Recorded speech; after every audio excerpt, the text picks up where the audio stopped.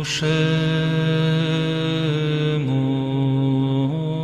nama Bapa dan Putra dan Roh Kudus. Amin. Shalom Aleichem bersama manusia. Kita lanjutkan pelajaran kita tentang ikon. Ini yang keempat ya. Yang kemarin tentang kelahiran Yesus. Ini tentang pembaptisan Yesus. Kita rayakan perayaan pembaptisan Yesus ini. Bulan Februari kita merayakan pembaptisan Yesus. Dan ini disebut perayaan Teofani atau Epifani. Artinya penampakan ilahi atau penyataan ilahi. Di dalam gereja barat ada perayaan yang namanya sama, tapi yang dirayakan beda. Yang dirayakan itu datangnya orang Majus mengunjungi Kristus di kandang, ya, pada waktu Kristus lahir. Kalau kita itu tidak ada perayaannya, itu termasuk dalam lingkup Natal, jadi tidak dirayakan secara terpisah. Kalau kita pembaptisan Kristus ini yang dirayakan, dan ini disebut sebagai Epifani. Mengapa disebut demikian? Karena di situ ada dua penyataan ilahi. Pertama, untuk pertama kalinya Tritunggal menyatakan dirinya, dan untuk yang kedua Kristus dinyatakan sebagai siapa dirinya yang sebenarnya di dalam peristiwa pembaptisan. Mari kita bacaannya itu dari Matius pasal 3 ayatnya yang ke-13 sampai 17. Maka datanglah Yesus dari Galilea ke Yordan kepada Yohanes untuk dibaptis olehnya. Tetapi Yohanes mencegah dia, katanya, "Akulah yang perlu dibaptis olehmu, dan engkau yang datang kepadaku?" Lalu Yesus menjawab, katanya kepadanya, "Biarlah hal itu terjadi, karena demikianlah sepatutnya kita menggenapkan seluruh kehendak Allah." Dan Yohanes pun menurutinya. Sesudah dibaptis, Yesus segera keluar dari air, dan pada waktu itu juga langit terbuka, dan ia melihat Roh Allah seperti burung merpati turun ke atasnya. Lalu terdengarlah suara dari surga yang mengatakan, "Inilah anakku yang kukasihi, kepadanya lah aku berkenan." Ya. Pada waktu Yohanes Pembaptis itu membaptiskan, itu bukan baptisan Kristen. Sebab Yohanes belum Kristen. Mengapa? Menjadi orang Kristen berarti Kristus harus mati dulu, disalibkan, dikuburkan, bangkit, naik ke surga. Lalu orang itu percaya kepada Yesus, dibaptiskan, dinyatukan dengan kematian, kebangkitan, dan kenaikan Kristus, kan gitu. Lah waktu Yohanes ini, Kristus sudah mati belum? Belum. Sudah ada orang Kristen belum? Belum. Nah kalau gitu Yohanes membaptiskan sebagai apa? Dia adalah nabi terakhir dalam konteks perjanjian lama. Nabi-nabi semuanya itu menubuatkan tentang datangnya Mesias. Yohanes adalah yang betul-betul bertemu Mesias itu. Oleh karena itu dalam konteks perjanjian lama, nabi terakhir itu adalah Yohanes.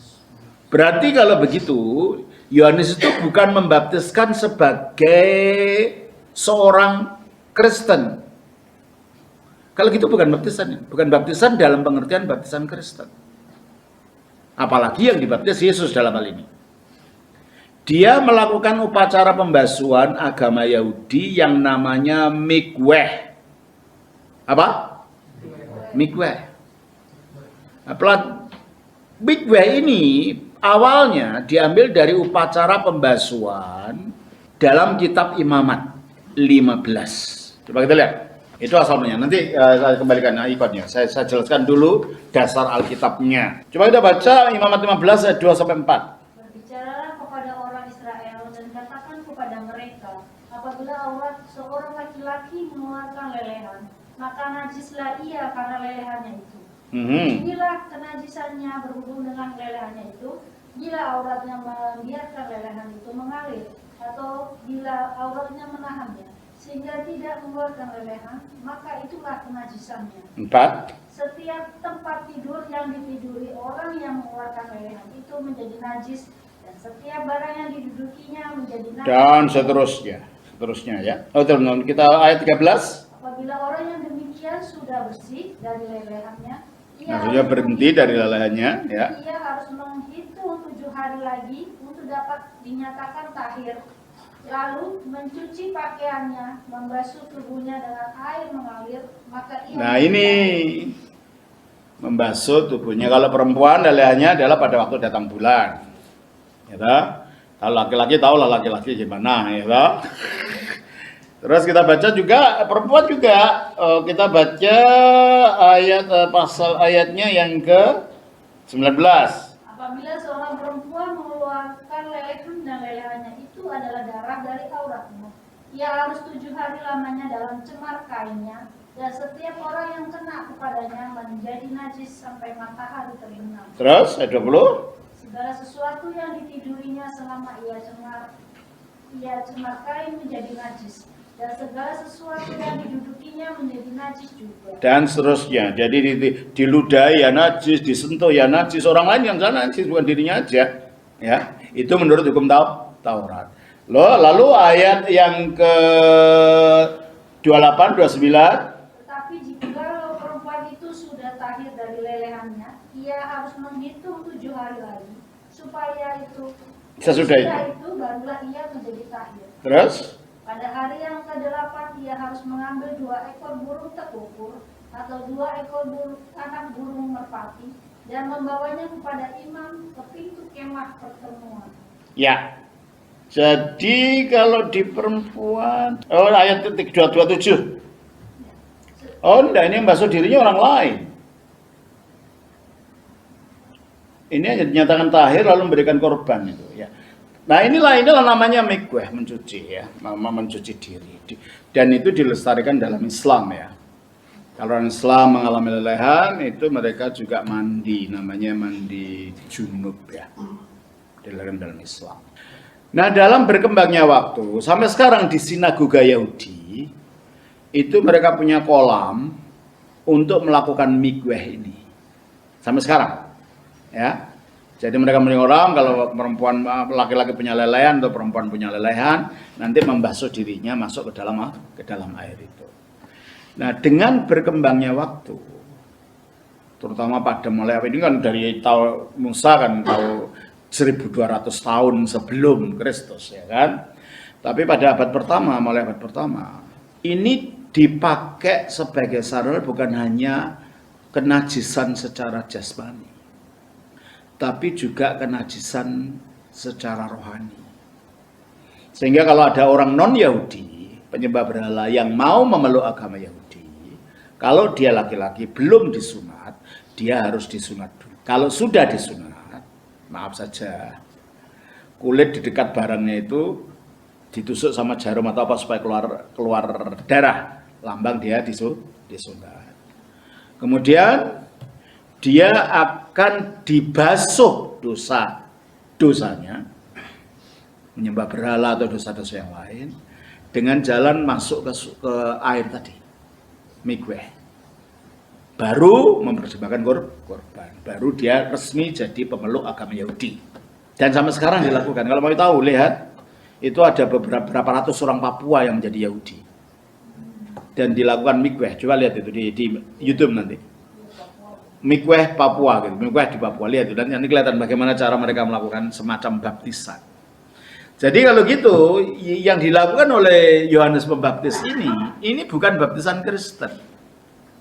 Ini mikwehnya orang Yahudi, tujuannya untuk membasuhkan orang bertobat, membasuh diri dari dosanya dengan jalan dibasuh itu. Makanya yang datang situ adalah orang-orang yang mau bertobat gitu kan. Coba kita baca dari Matius pasal 3 ayat 5 dan 6. Maka datanglah kepadanya penduduk dari Yerusalem, dari seluruh Yudea dan dari seluruh daerah sekitar Yordan. Lalu sambil mengaku dosanya mereka dibaptis oleh Yohanes di sungai Yordan. Iyalah, sambil mengaku dosanya. Jadi memang itu tujuannya untuk mengakukan dosa, pembasuhan dari dosa. Pertanyaannya, lah kok Yesus dibaptis? Apakah dia berdosa? Kalau mikwehnya orang Yahudi ini adalah tanda orang-orang Yahudi itu bertobat, kok Yesus yang orang Yahudi juga? Kok dibaptis? Apa dia berdosa? Enggak. Dari mana kita tahu? Pasal 3 ayatnya yang ke-13 dan 14. Maka datanglah Yesus dari Galilea ke Yordan kepada Yohanes untuk dibaptis olehnya. Tetapi Yohanes mencegah dia, katanya, "Akulah yang perlu dibaptis olehmu, dan engkau yang datang kepadaku." Nah, bahwa Yohanes menolak untuk dibaptis oleh Yesus, dan dia merasa perlu dibaptis oleh Yesus. Dia tahu kalau gitu Yesus tidak berdosa. Ngapain datang? Kamu itu kan yang justru yang membaptis saya, kok kamu yang datang gitu kan? Nah, penolakan itu menunjukkan bahwa Yesus sebenarnya tidak perlu dibaptis gitu loh. Karena sebenarnya dia yang harus membaptis, menunjukkan Yesus bukan karena dosa kalau gitu dia dibaptis itu. Kalau gitu untuk apa? Terus? Lalu Yesus menjawab, katanya kepadanya, "Biarlah hal itu terjadi, karena demikianlah sepatutnya kita menggenapkan seluruh kehendak Allah." Nah, kehendak Allah apa yang hendak digenapi oleh Yesus melalui baptisannya, kalau itu bukan karena dosa? Di atas jelas bukan karena dosa. Kehendak apa? Kita baca Yohanes 1 ayat 30, 31. Atau 30 sampai 32. "Dialah yang kumaksud ketika kukatakan, kemudian daripadaku akan datang seorang yang telah mendahului aku, sebab dia telah ada sebelum aku. Dan aku sendiri pun mula-mula tidak mengenal dia. Tetapi untuk itulah aku datang dan membaptis dengan air, supaya ia dinyatakan." Nah, mengapa Yohanes datang membaptiskan? Supaya ia dinyatakan kepada Israel. Dan Yohanes mengatakan, dia ada sebelum aku, padahal secara umur, Yohanes kan masih saudara sepupu ya, entah sepupu apa ya. Secara umur, Yohanes lebih tua dari Yesus. Iya kan? Lah kok Yohanes mengatakan dia ada lebih dahulu dari aku, menunjukkan Yohanes tahu bahwa Yesus bukan manusia biasa. Dia sudah pernah ada sebelum dia lahir jadi manusia. Dan ini Yohanes mengakui itu. Nah, dia membaptis kalau begitu tujuannya bukan untuk membuat Yesus disucikan dari dosa, bukan, tetapi supaya Yesus dinyatakan. Ini yang dikatakan oleh Yesus. Biarlah itu terjadi supaya apa? Kehendak Allah digenapi. Kehendak Allah apa? Kehendak Allah supaya Yesus dinyatakan gitu loh. Dinyatakan sebagai apa? Kita baca ayat yang ke-16 dari pasal 3 Injil Matius. Sudah dibaptis, Yesus segera keluar dari air, dan pada waktu itu juga langit terbuka, dan ia melihat Roh Allah seperti burung merpati itu mendarat. Sesudah dibaptis, Yesus keluar dari air. Nah, ini ikonnya. Ya, ini ikonnya. Ini lambang Sungai Yordan. Ini Yohanes. Ya. Ya memang tidak ada dalam Alkitab dikatakan malaikat datang, tetapi untuk menegaskan bahwa ini adalah Kristus datang itu untuk sesuatu tugas ilahi, maka malaikat dihadirkan untuk tujuan menggenapi kehendak yang ilahi. Maka malaikat dihadirkan di sini ya. Terus ini gambar Sungai Yordan itu sendiri. Digambarkan orang tua kecil ini, ya, digambarkan ini gambar Sungai Yordan. Ini makhluk yang hidup di dalam Sungai Yordan. Nah, ikan ini ikan, gambarnya. Nah, ini Sungai Yordannya, dan Yesus dimasukkan dengan di situ. Jadi sesuai dengan gambar ikon dan Alkitab, baptisan itu memang artinya diselamkan. Kata baptizo itu artinya selam. Maka di sini Kristus di dalam sungai. Ya. Nah terus kembali sesudah dibaptis, sesudah Yesus keluar dari air, berarti tadinya di dalam air, diselam kan? Yesus keluar dari air, dan pada waktu itu juga langit terbuka. Bukan artinya langitnya tadi ada apa terus robek itu, enggak, hanya sesuatu penglihatan terjadi. Apa itu? Dan ia melihat Roh Allah seperti burung merpati turun ke atasnya. Jadi kita baca, coba kita bandingkan ini dengan 1 Samuel 16 ayat 13. Samuel mengambil tabung tanduk yang berisi minyak itu dan mengurapi Daud di tengah-tengah saudara-saudaranya. Sejak hari itu dan seterusnya berpuasa. Nah, kalau dalam perjanjian lama, pengurapan itu dilakukan dengan simbol minyak. Itulah krisma yang tetap dipertahankan di gereja kita. Sesudah baptis kita di krisma. Dan disitulah Roh Kudus hadir. Dalam kasus Kristus tidak. Sebab dia Mesias yang sungguhan gitu loh. Maka datangnya Roh Kudus kepada dia untuk mengurapi dia, menyatakan dia sebagai Mesias. Orang yang diurapi dengan roh itu menyatakan diri dalam bentuk seperti burung merpati. Dan setelah itu apa yang terjadi? Ayat yang ke-17. Lalu terdengarlah suara dari surga yang mengatakan, inilah anakku yang kukasihi, kepadanya aku berkenan. Nah, inilah anakku yang kekasih itu penggenapan dari firman Allah dalam Mazmur 2 ayatnya yang ke-7.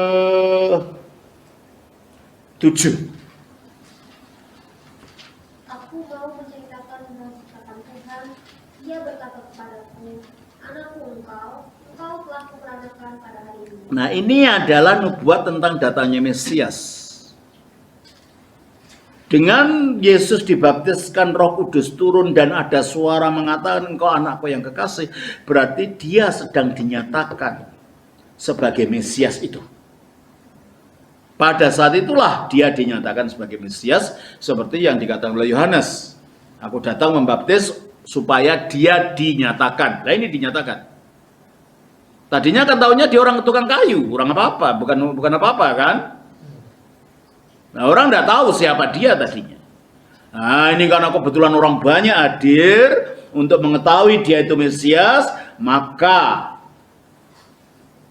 Yohanes memikirkan dia dan Roh Kudus turun dan dikatakan inilah anakku. Ya kata yang kepadanya aku berkenan itu dari juga nubuat Mesias dari Yesaya 42 ayat 1. Itu penggenapan dari firman Allah di sana. Lihat itu hambaku yang kupegang, orang pilihanku yang kepadanya aku berkenan. Kepadanya aku berkenan. Ini juga nubuat tentang Mesias. Jadi dengan gaung firman dari kitab suci dari Mazmur dan Yesaya ini, dan dengan turunnya Roh Kudus atas Yesus, maka betul-betul Yesus itu dinyatakan sebagai Mesias, sebagai Al-Masih, sebagai Ha-Masiah, atau bahasa Yunaninya sebagai Ho Christos, orang yang diurapi. Dalam perjanjian lama, orang yang diurapi itu ada tiga jabatan untuk diurapi. Yang satu sebagai imam. Untuk jadi imam, orang harus diurapi. Coba kita baca dalam Keluaran pasal 29, ayat 4-9. Lalu kau suruhlah Harun dan anak-anaknya datang ke pintu kemah pertemuan, dan haruslah engkau membasuh mereka dengan air. Kemudian kau ambillah pakaian itu, lalu kau kenakanlah kepada Harun kemeja, gamis baju efod, dan baju efod serta tutup dada. Kau kebatallah sabuk baju efod kepadanya. Kau taruhlah serban di kepalanya, dan jamang yang kudus kau bubuh pada serban itu. Sesudah itu kau ambillah minyak urapan dan kau tuang di atas kepalanya, dan kau urapilah dia. Kau suruhlah anak-anaknya mendekat, dan kau kenakanlah kemeja-kemeja itu kepada mereka. Kau ikatkanlah ikat pinggang kepada mereka, kepada Harun dan anak-anaknya, dan kau lilitkanlah destar itu kepada kepala mereka. Maka mereka lah yang akan memegang jabatan imam. Itulah suatu ketetapan untuk selama-lamanya. Demikianlah kau harus mentahbiskan Harun dan anak-anak. Ya, jadi pentahbisannya diurapi dengan minyak, maka dia menjadi orang yang diurapi. Jadi setiap imam, bahasa aslinya setiap kohen, ya, kalau bahasa Ibraninya namanya kohen, imam itu bahasa Arab. Dan artinya imam itu tidak sama dengan kohen. Imam itu kalau bahasa Arab, dalam Islam itu hanya pemimpin sembahyang, itu imam.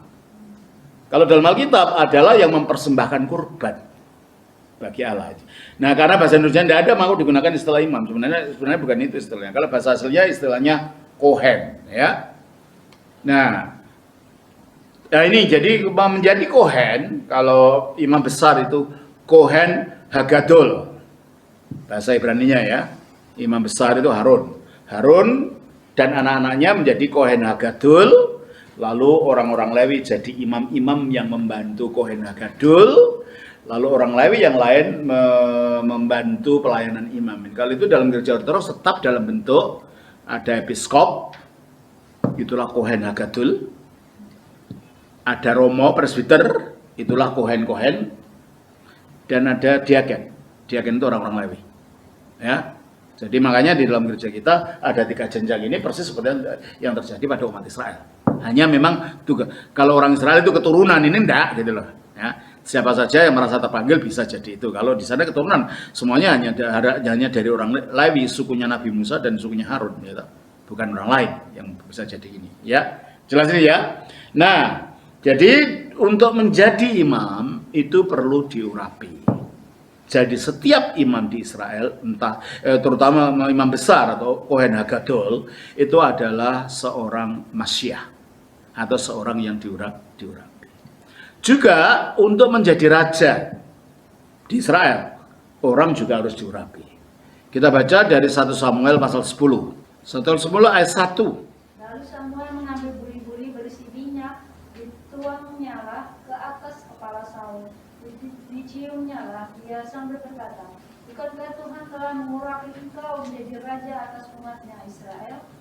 Engkau akan memegang tampuk pemerintahan. Ya toh, bukanlah Tuhan telah mengurapi engkau menjadi raja setelah kepalanya disiram minyak. Jadi setiap raja di Israel adalah seorang Masyiah. Setiap imam, setiap Kohen di Israel adalah seorang Mesias. Dan Nabi juga perlu pengurapan untuk menjadi Nabi. Kita baca dari 1 Raja-Raja 19 ayat 16. Juga Yehu itu Nimsi haruslah kau urapi menjadi raja atas Israel. Dan Elisa bin Safat dari Abel Meholah haruslah kau urapi menjadi nabi. Jadi orang urapan di Israel itu berapa? Berapa jabatan yang perlu mendapat urapan? 3, yaitu imam, raja, dan nabi. Itu Masyiah. Tapi bukan Masyiah, nah ini beda. Kalau Masyiah artinya Al-Masih. Kalau Masih saja ya imam raja, setiap raja, setiap nabi itu masih semua. Ya. Tapi Al-Masih, satu orang ini harus menjabat 3-tiganya. Dia harus juga imam, dia juga harus raja, dia harus nabi. Itu satu. Yang kedua, dia menjabatnya harus secara mutlak. Berarti selama hidup dia harus menjabat itu. Dan dia harus menjabatnya secara kekal. Sebab kalau tidak kekal dia mati, bisa digantikan orang lain ya, dia bukan Hamasyiah lagi. Jadi seorang Hamasyiah harus menjabat 3 jabatan itu sekaligus, secara mutlak, secara kekal. Nah itu hanya bisa digenapi oleh Yesus. Orang lain tidak bisa. Terutama kekalnya ini. Semua orang akan mati. Ya kan? Coba kita baca di dalam Ibrani pasal 10 ayatnya yang 1. Dalam hukum Taurat hanya terdapat bayangan saja dari keselamatan yang akan datang, dan bukan hakikat dari keselamatan itu sendiri. Karena itu dengan korban yang sama, yang setiap tahun terus-menerus dipersembahkan, hukum Taurat tidak mungkin menyempurnakan mereka yang datang mengambil bagian. Iya tak? Tidak mungkin. Karena korbannya juga tidak kekal. Habis dikorbankan yang habis disembelih, dibakar jadi apa? Jadi abu-abunya di mana? Dibuang. Kan tidak kekal. Imamnya juga tidak kekal gitu loh. Kan mati, Harun mati ganti anaknya, anaknya mati ganti anaknya terus gitu. Jadi nggak kekal gitu loh. Makanya rajanya juga gitu. Daud mati ganti Salomo, Salomo mati ganti anaknya lah. Rajanya juga nggak kekal gitu. Nabi juga mati. Nabi ini mati ganti nabi ini, nabi berarti nggak ada yang secara apa ya, secara sah dapat dikatakan Al-Masih, Masyiah, karena dibatasi oleh umur. Yesus tidak. Pada waktu dia dibaptiskan itu baru deklarasinya, deklarasi bahwa dia adalah Masyiah itu Al-Masih atau Kristus itu. Dengan Allah mengatakan, pertama Roh Kudus turun, Allah mengatakan, inilah anakku yang kekasih. kepadanya aku berkenan. Itu baru deklarasi. Nah, kapan mulai inaugurasinya? Kapan mulai penetapannya? Pertama dia jadi raja yang kekal. Sesudah bangkitnya. Karena sudah bangkit dia tidak bisa mati lagi kan? Nah, kalau tidak bisa mati, kalau dia menerima jabatan apapun, ya akhirnya jabatannya jadi kekal gitu. Maka dia harus bangkit dulu, bukan saat ini. Ngerti? Coba kita baca di dalam Roma pasal 6 ayat 9.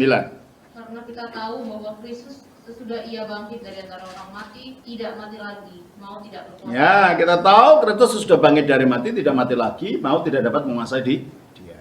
Nah, sesudah bangkitnya inilah maka dia mendapat karunia ini, Matius 28 ayat 18. Yesus mendekati mereka dan berkata, kepadaku telah diberikan segala kuasa di surga dan di bumi. Kapan mengatakan itu? Sesudah bangkit.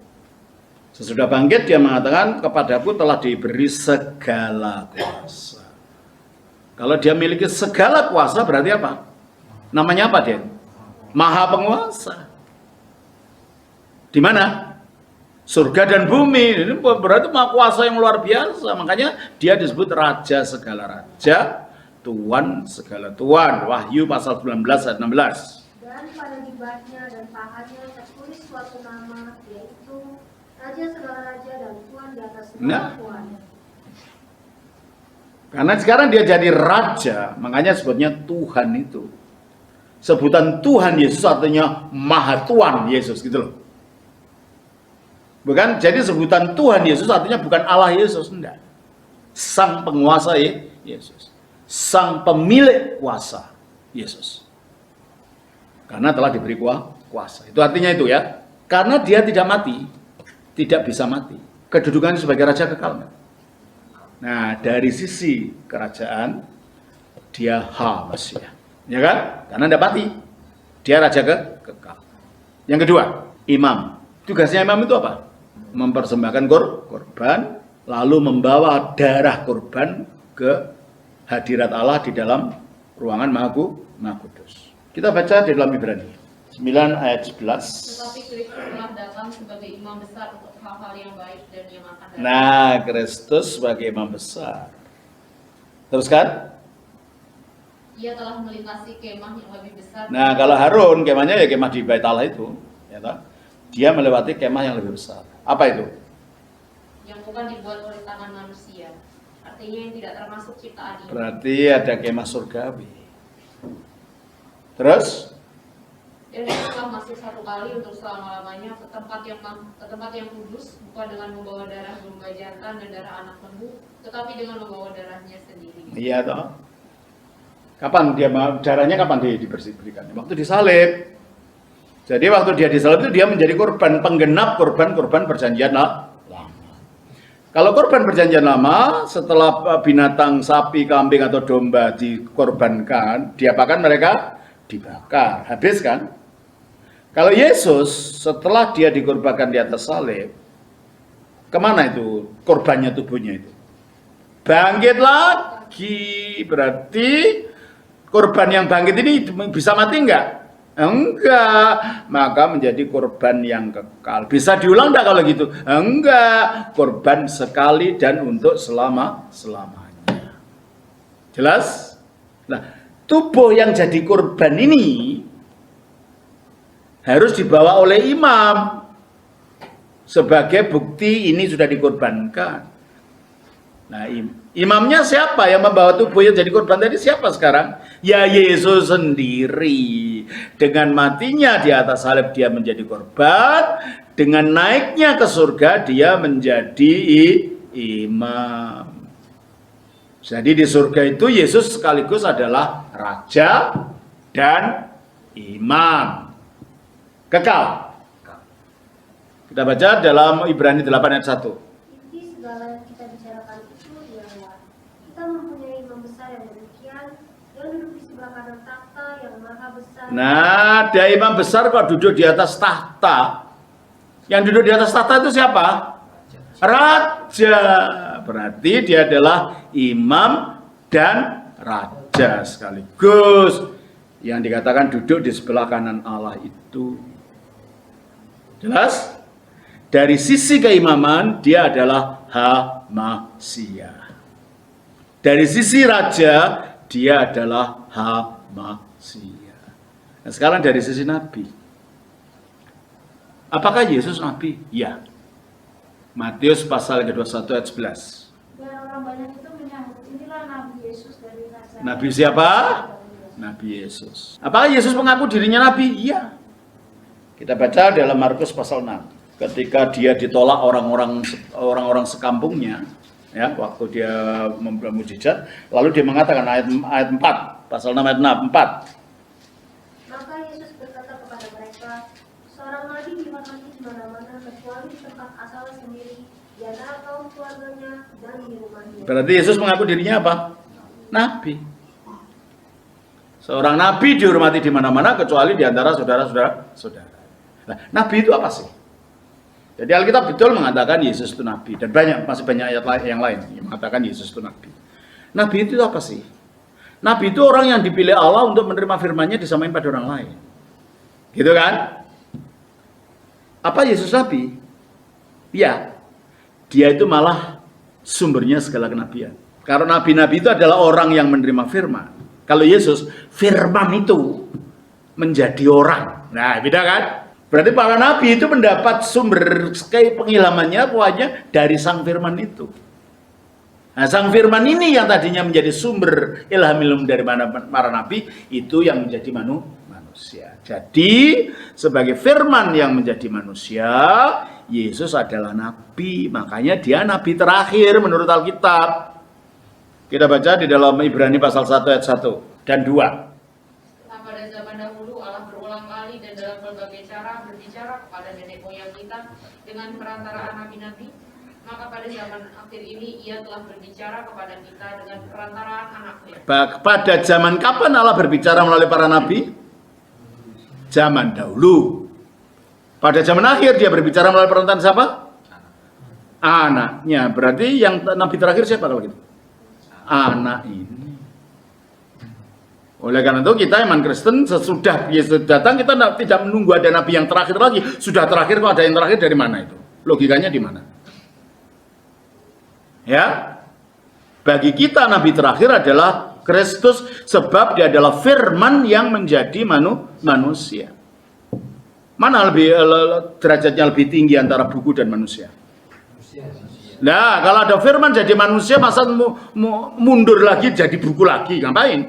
Ya, tidak mungkin lah ada wahyu berwujud buku sesudah wahyunya berwujud manusia. Yesus bisa mati nggak? Enggak, sudah bangkit. Kalau gitu kenabiannya bisa habis nggak? Enggak. Makanya tidak ada nabi sesudah Yesus. Sebab dia nabi kekal. Jelas? Jadi dari sisi kenabian, Yesus itu nabi terakhir. Nabi mutlak. Ya. Dari sisi kerajaan, Yesus itu raja mutlak yang tidak bisa digantikan.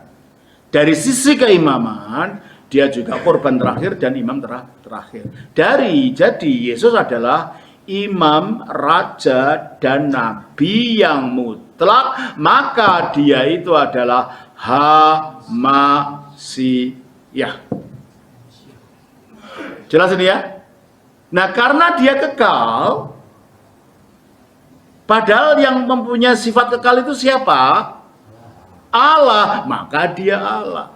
Jadi Yesus itu gelarnya macam-macam, maka jangan bingung kalau orang tanya, katanya nabi, katanya Tuhan, katanya Allah. Loh ya semuanya itu dilihat dari macam-macam sisi.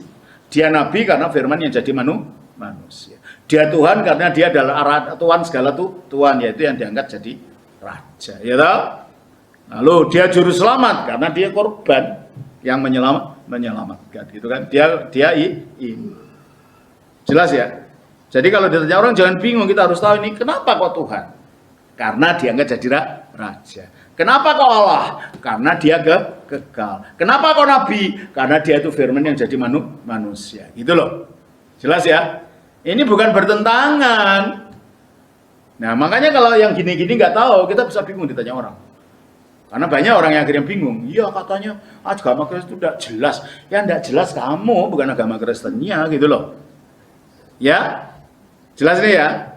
Jadi kalau begitu pada waktu dibaptis ini dia dinyatakan sebagai Mesias dengan turunnya Roh Kudus dan dideklarasikan dengan suara, engkaulah anakku yang kekasih, kepadanya lah aku berkenan. Tetapi penggenapannya sesudah kebangkitannya. Jelas ini ya? Itu yang pertama.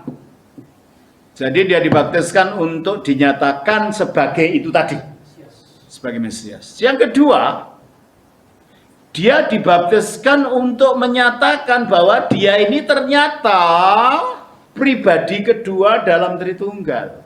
Karena untuk pertama kalinya pada baptisan ini ada Sang Bapa menyatakan diri dengan suara dari langit, inilah anakku yang kekasih.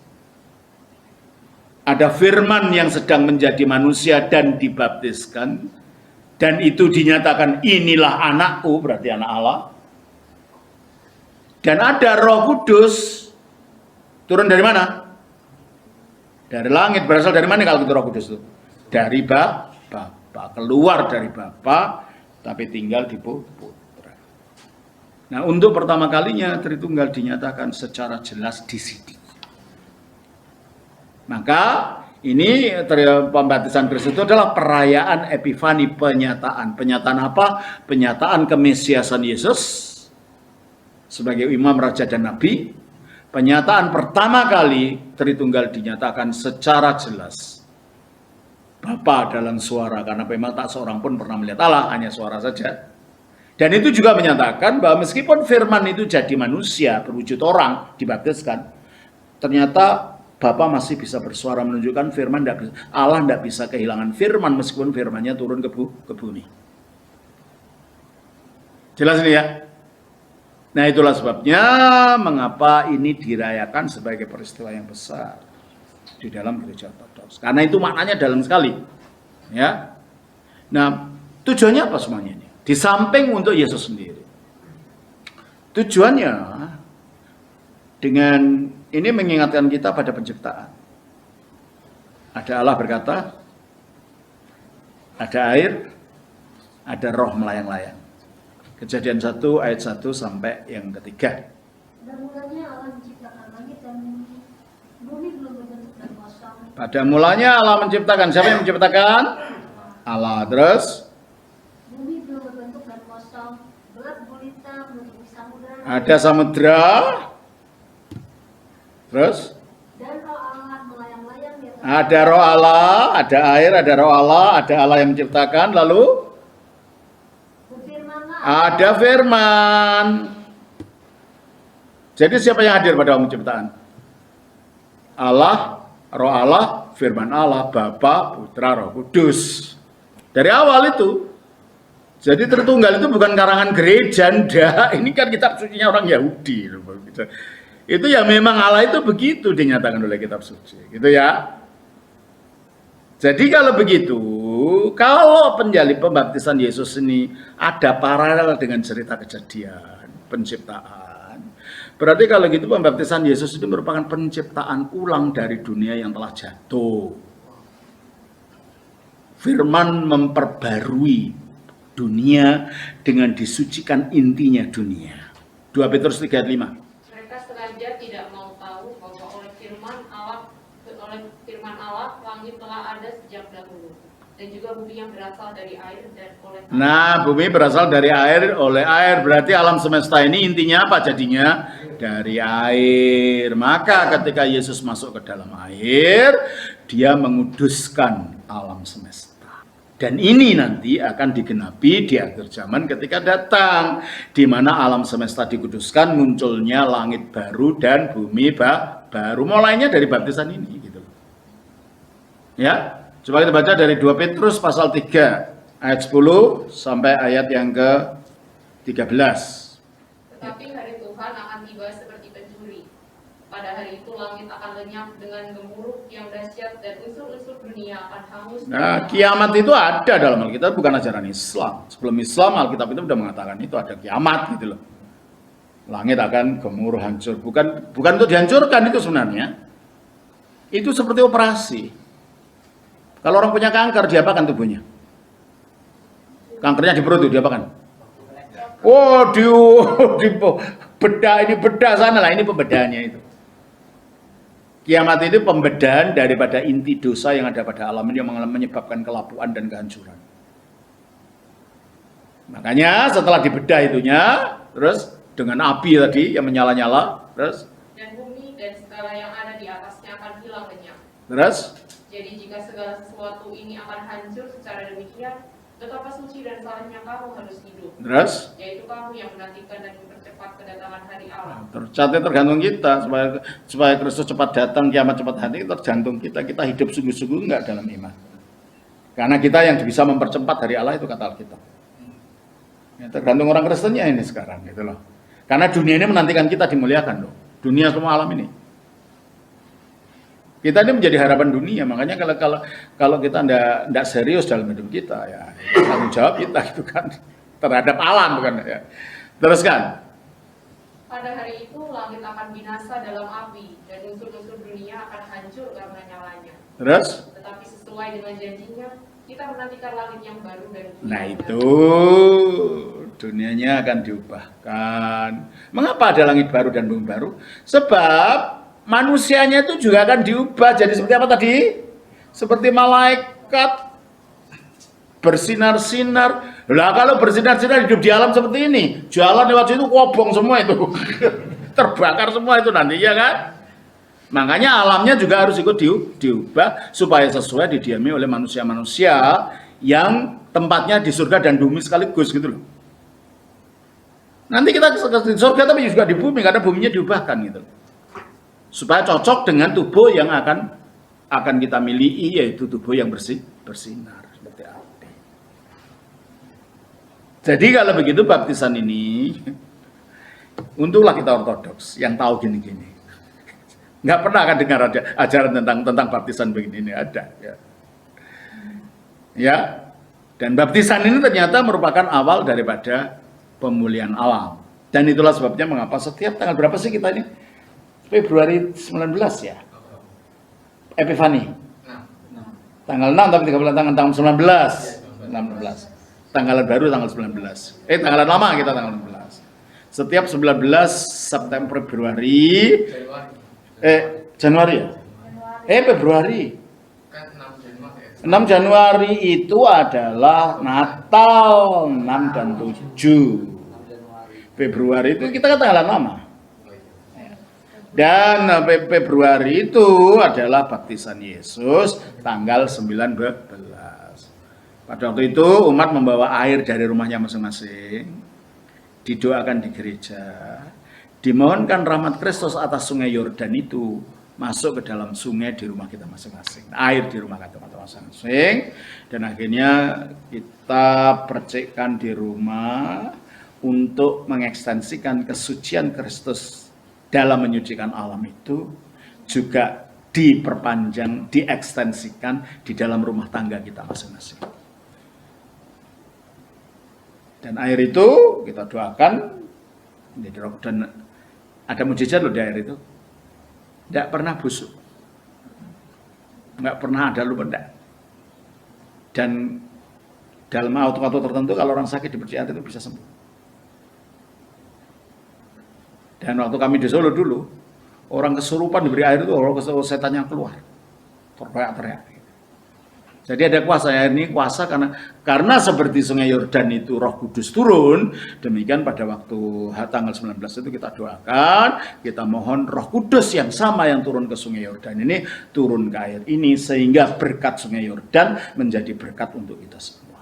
Dan mujizat yang terakhir yang masih ada juga, pada tanggal itu saja sungai Yordan di Israel sana itu airnya berbalik. Biasanya menghilir, ini ke hulu. Hanya tanggal itu. Pada waktu dirayakannya peristiwa pembaptisan Kristus pada hari Epifani. Jelas ya ini ya? Makanya di sini Kristus dibaptiskan oleh Yohanes, Roh Kudus turun, ini Bapa. Ya, di sini ada tulisan baptistis tu Christu, baptisan Kristus. Nah, ini dalam lambang sungai Yordan, Dan meskipun dalam ceritanya malaikat nggak ada, tapi itu dihadirkan untuk menunjukkan bahwa ini peristiwa ilahi yang terjadi ini, bukan sekedar upacara biasa. Dan akhirnya air ini memberi ikan ini memberi hormat pada Kristus, sungai Yordan begitu, melambangkan Kristus menguasai alam, Kristus membenahi alam itu. Nah, itulah artinya ikon baptisan ini. Jelas ya? Nanti kita lanjutkan minggu depan ikon yang lain. Tuhan berkati. Semoga Bapa, Putra, Roh Kudus. Amin.